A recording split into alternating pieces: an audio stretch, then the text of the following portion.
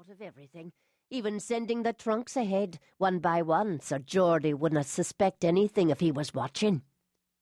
And Nettie had thought it was such a lark, sneaking off in the middle of the night as they had, with their skirts hiked up and wearing old breeches underneath, so in the moonlight they might pass for men.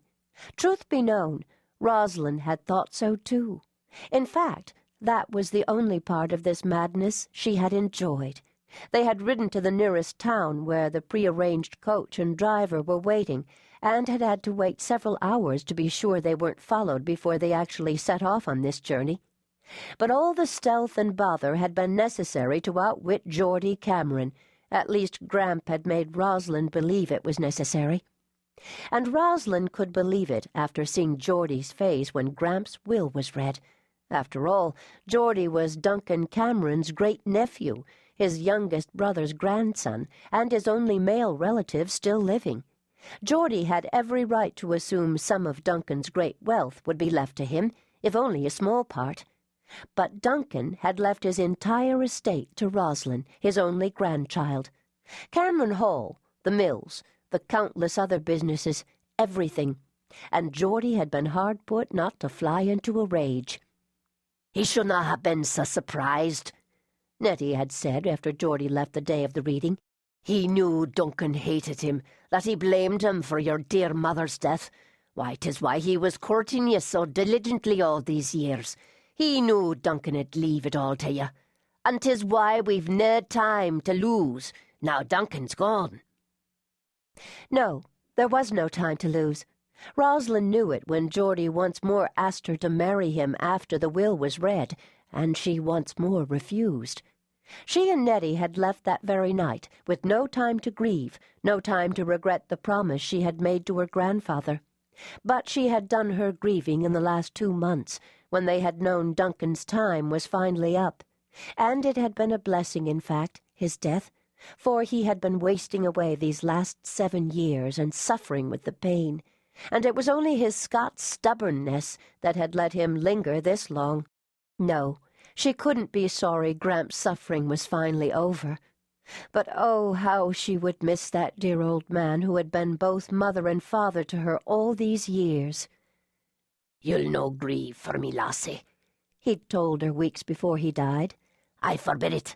You've given me too many years, too many wasted years, and I'll no have you given even 1 day more once I'm gone. You'll promise me that too." One more promise to the old man she loved, the man who had raised her and bullied her and loved her ever since his daughter had returned to him tugging along a 6-year-old Roslynn in her wake. What did one more promise matter when she'd already given him the fateful one that had her in such trepidation now? And then there had been no time for grieving anyway, so she had at least fulfilled that promise. Nettie scowled as she watched Roslynn turn her eyes back to the window and knew she was thinking of Duncan Cameron again. Gramp, she had disrespectfully called him from the day her mother had first brought her to Cameron Hall to stay, and that just to get his goat. How the little imp had loved nettling the fierce old Scot, and how he had delighted in every bit of teasing and mischief she served him. They would both miss him, but there were too many other things to think of now. "We're coming to the inn finally," Nettie observed from her seat facing the front of the coach. Roslynn leaned forward and turned to the side to see out the window in the same direction, and the setting sun caught her full in the face, touching her hair and making it appear like a sunset itself. Pretty hair, the lass had, red gold, like Janet's, her mother.